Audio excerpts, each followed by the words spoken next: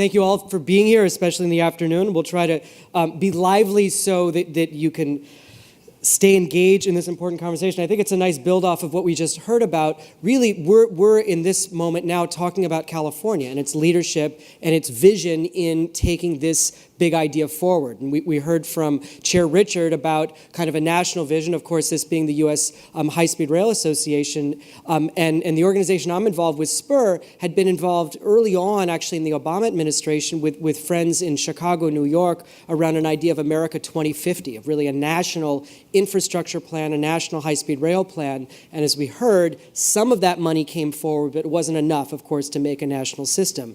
Yet California is the 5th largest economy in the world. It has the resources throughout the private and the public sector, if we invest it appropriately, to really make this project work. But it's really not just the project of the train. It's the project of linking up this phenomenally economically dynamic state with very different parts. So part of what I wanted to speak to a little bit here is some work that we've done thinking about high-speed rail as a statewide economic development project, as a project that links fundamentally very different parts of California, but how do we do that appropriately? How do we do that to achieve the best outcomes for the state generally? So what I want to first show here is first of all, SPUR as an organization is based in the 3 central cities of the Bay Area. We're an urban civic group, an urban policy think tank, a wide range of policy issues. Our San Jose director, Teresa Alvarado, is here, and we at SPUR we've been involved with high-speed rail going back several decades on a statewide level,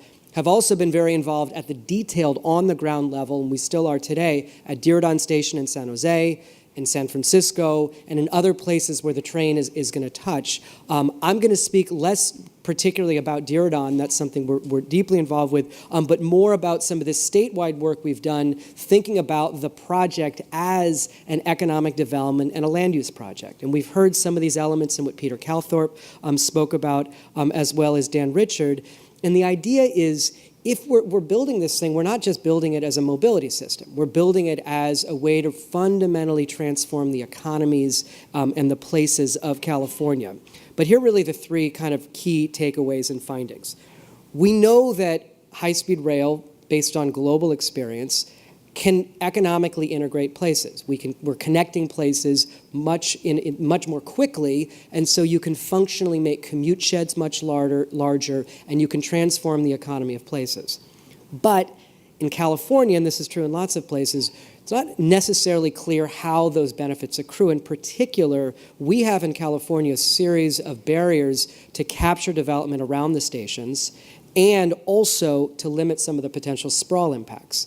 And this is just straight rail investment in areas that don't have the same kind of land use policies to limit growth when it's more difficult to get infill development and much easier to do sprawl development. That's before the autonomous vehicle issues that we just heard about from Peter Calthorpe. So those are other issues coming forward.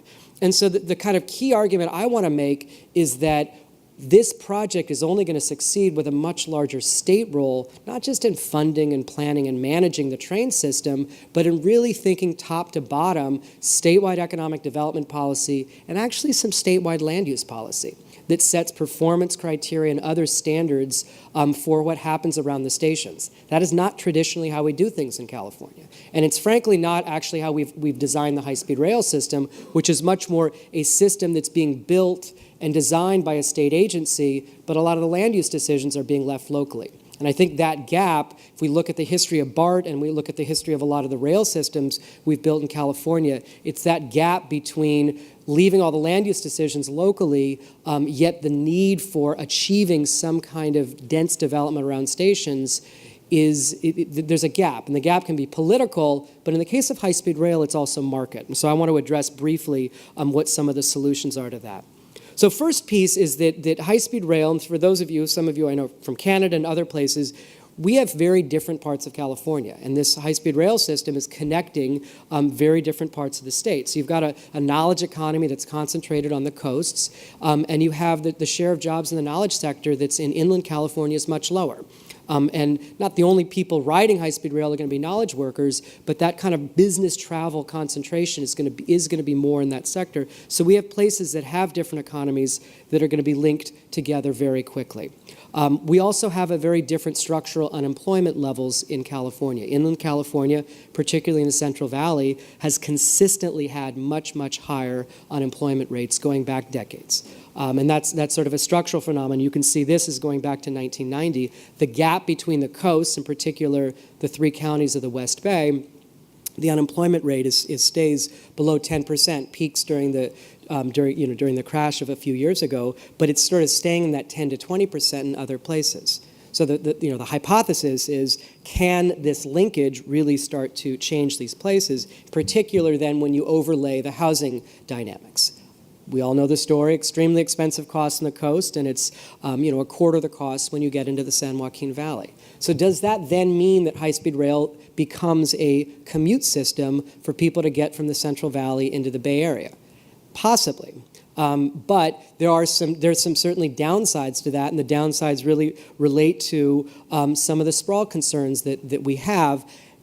This is not getting into the cost of the system as well as other dynamics, but we should be asking these questions and really thinking through this policy dynamic from a state perspective.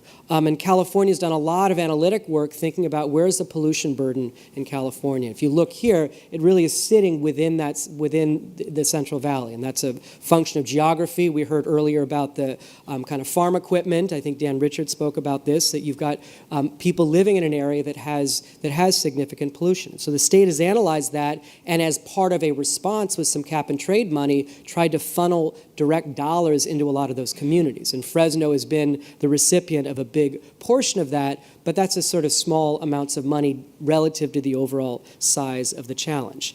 So we as a state need to take on this question, but it's beyond just simply the issue of pollution burden. This part of California has significant agricultural land and valuable land that's worth protection, but we don't have the right policy framework to protect it.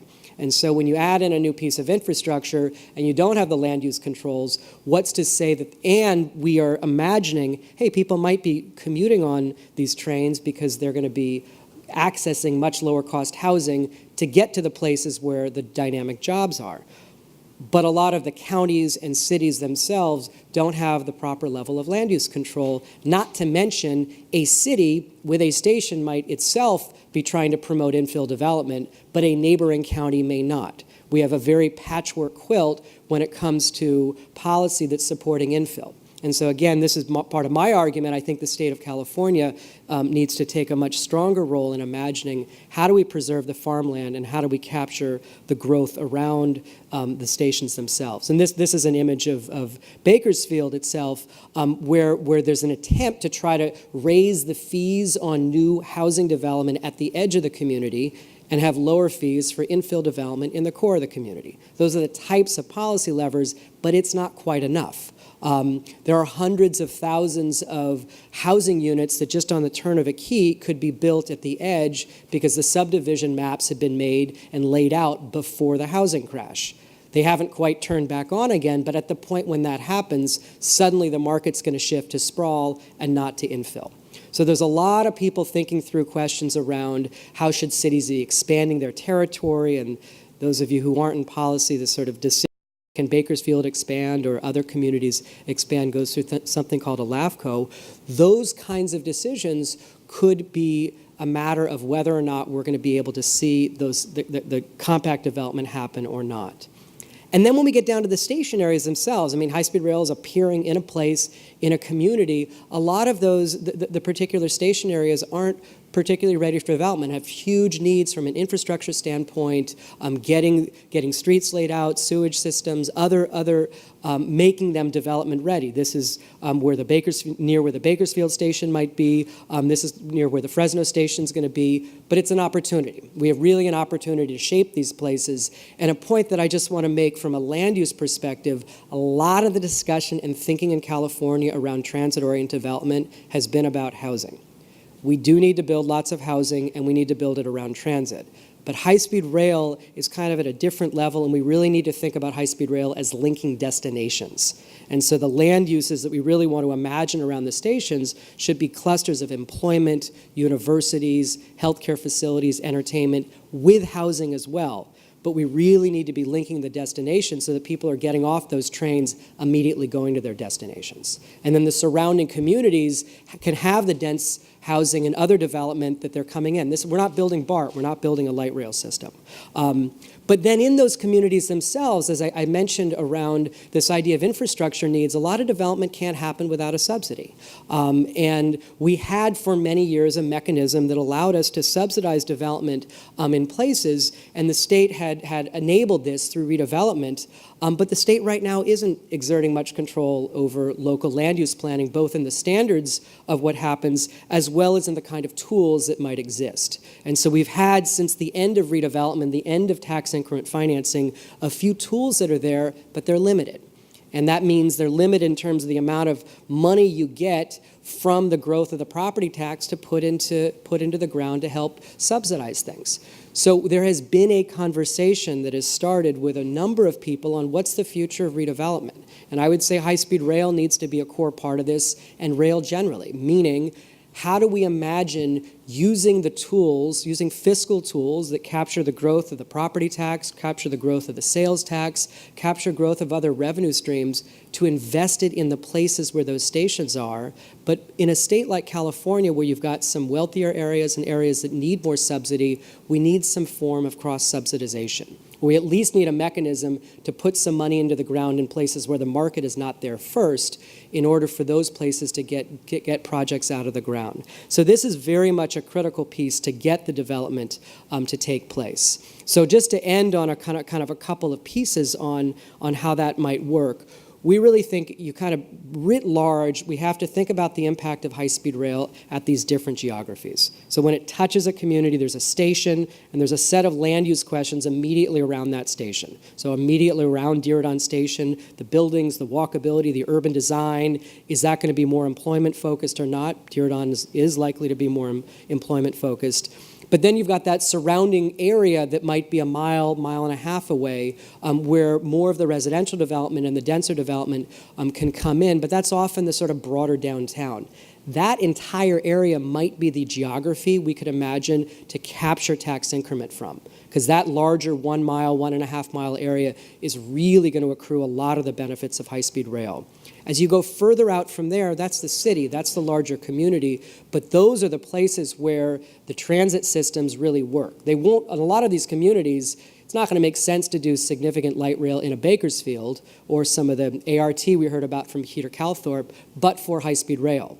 But with high-speed rail, you start to change the travel options in those places, and you get out 3-4 miles. That's the geography where you really want to get people out of their cars so they can get down to the core station and get out from there. And then if you do a good job of that planning, then you're able to preserve the farmland at the broader area. So a couple of pieces, this is hard for you to read, but that's why, so we're imagining really need to kind of think about a tax increment financing tool. We really need in California to start spatially targeting some of our policies. We don't do this enough where we say we really want to grow the San Joaquin Valley and have a set of policies to really lift up the cities and the high-speed rail stations within there. We need some sort of a fund that will accelerate the development around the station areas, particularly in places that don't have the resources.